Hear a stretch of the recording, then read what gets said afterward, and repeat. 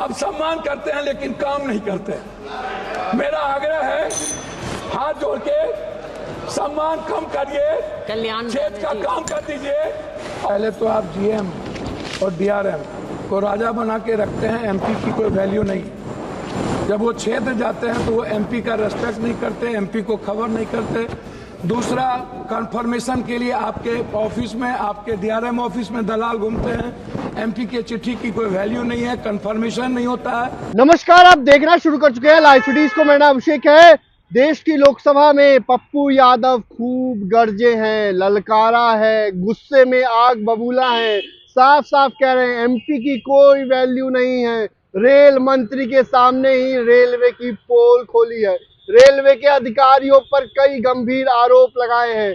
Rail मंत्रालय में जिस तरीके से खेल होता है उसको उजागर किया है, ट्रेनों में टिकटों में मारामारी होती है उसको उजागर किया है, खान पान को लेकर उजागर किया है। इतना ही नहीं, पप्पू यादव ने कहा कि रेलवे में भर्तियां नहीं हो रही हैं, एग्जाम नहीं लिए जा रहे हैं। और तो और रेल मंत्री को साफ साफ कह दिया है, काम नहीं करते हैं आप, सिर्फ सम्मान करते हैं, दलाली बंद करें। साफ साफ कह रहे हैं। क्या कुछ कह रहे हैं पप्पू यादव सदन में, पहले आप वो सुनिए।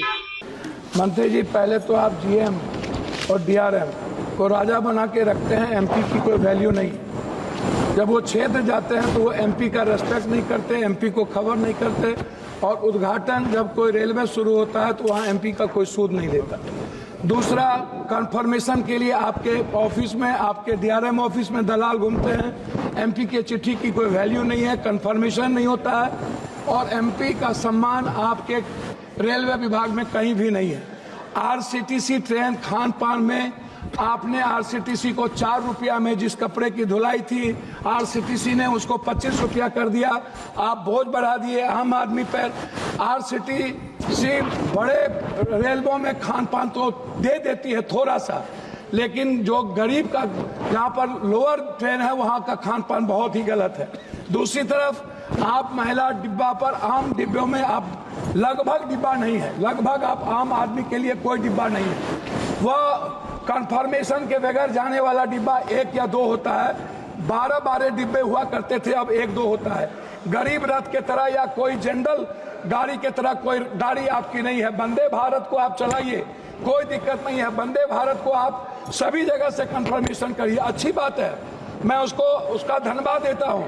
लेकिन आप आम आदमी, गरीब, मिडिल क्लास, हमारे अभी चंद्रशेखर जी ने आपसे कहा, आप महिलाओं के लिए आरक्षण की कोई व्यवस्था कंपलसरी करिए, महिलाओं के आरक्षण को। और दूसरी तरफ 4 आदमी हम ट्रेन में जा रहे हैं, 2 आदमी का कंफर्म हुआ, 2 आदमी का कंफर्म नहीं हुआ, हम पर आप बोझ डाल देते हैं। उसके बाद हमसे पैसा वसूला जाता है, हमारे परिवार को रोक दिया जाता है, और हम भीतर में कितने पैसे वसूले जाते हैं इसके बारे में मैं नहीं कह सकता हूं। इसीलिए उस परिवार का क्या होगा जिसका 2 कंफर्मेशन होगा, 2 नहीं होगा, इस पर हम कभी सुधार की बात हमने नहीं की। दूसरी चीज, जो एसटी, एससी, ईबीसी और जो छात्र प्रतियोगिता में जाते हैं, एग्जाम देने जाते हैं बाहर, क्या सरकार की कोई दिलचस्पी? एक तो 11 सालों से रेलवे का एग्जाम नहीं हुआ, खाली भर्ती पड़ा हुआ है, कोई एग्जाम 11 सालों में नहीं हुआ, बैंकिंग की नहीं हुई। आप हमको बताइए ना, कैसा एग्जामिनेशन हुआ, कितना एग्जामिनेशन आपने ली, कितना एसटी, एससी, ओबीसी? आपने तो आरक्षण को पीछे दरवाजे से बंद कर दिया, एग्जाम बंद करके निजीकरण आपने कर दिया। और आपसे मेरा 2-3 आग्रह है, आप हमको एक बात आप बताइए, आप विकलांग के लिए क्या व्यवस्था आप कर रहे हैं? विशेष तौर पर महिलाओं के आरक्षण को कंपलसरी की बात मैंने आपसे कही, महिला सुरक्षा को लेकर के भर्ती की बात, यह सबसे ज्यादा और सबसे इंपॉर्टेंट है। आप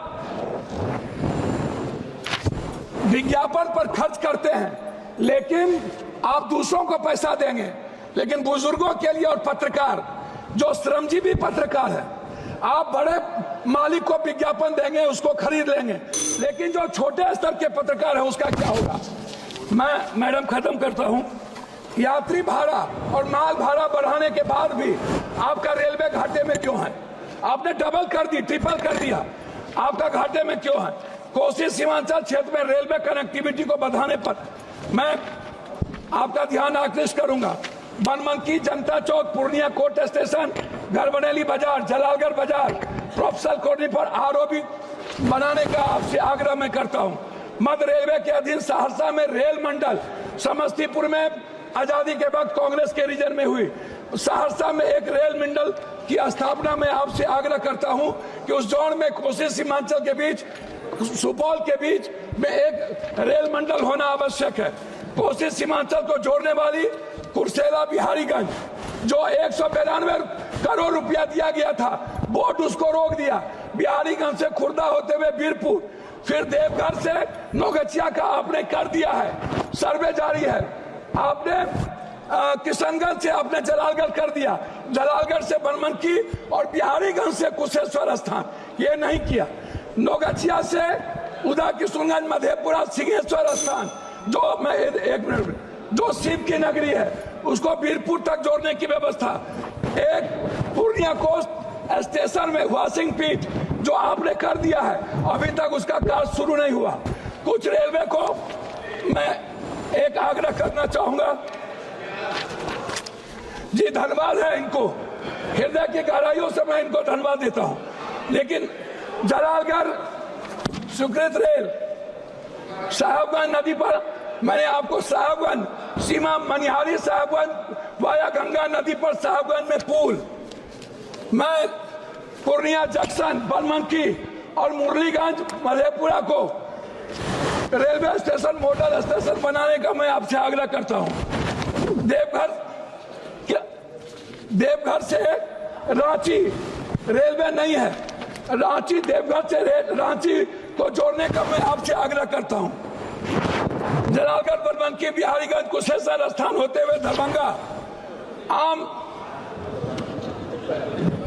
एक जनरल बोगी 15707, 15708, 15713, 15714, 15909, 15910 को कटिहार से भाया पूर्णिया, बनमनकी, सहरसा चलाया जाए।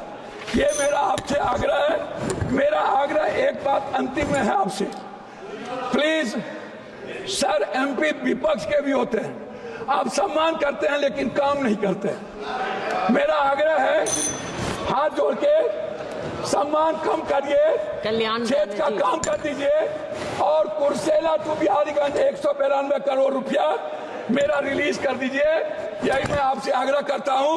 और आरसीटी जो दलाली करता है उसको रोक दीजिए। बहुत बहुत धन्यवाद। तो आपने सुना कि पप्पू यादव ने, राजेश रंजन उर्फ पप्पू यादव, जो पूर्णिया के निर्दलीय सांसद हैं, सदन में खूब बोले हैं, गरजे हैं और साफ साफ ललकार दिया है। व्यवस्थाओं को लेकर पोल खोली है, रेल मंत्री के सामने ही रेलवे की पोल खोली है, और साफ साफ का काम नहीं करते हैं आप। मुंह पर कह दिया पप्पू यादव ने, आमने सामने कह दिया, और दलाली बंद होनी चाहिए, खेल बंद होना चाहिए, जिस तरीके से बड़का खेल होता है पैसे का, बंद होना चाहिए। तो भाई रियल लाइव वीडियोस के साथ हमारे यूट्यूब चैनल को सब्सक्राइब करिए, लाइक करिए। धन्यवाद।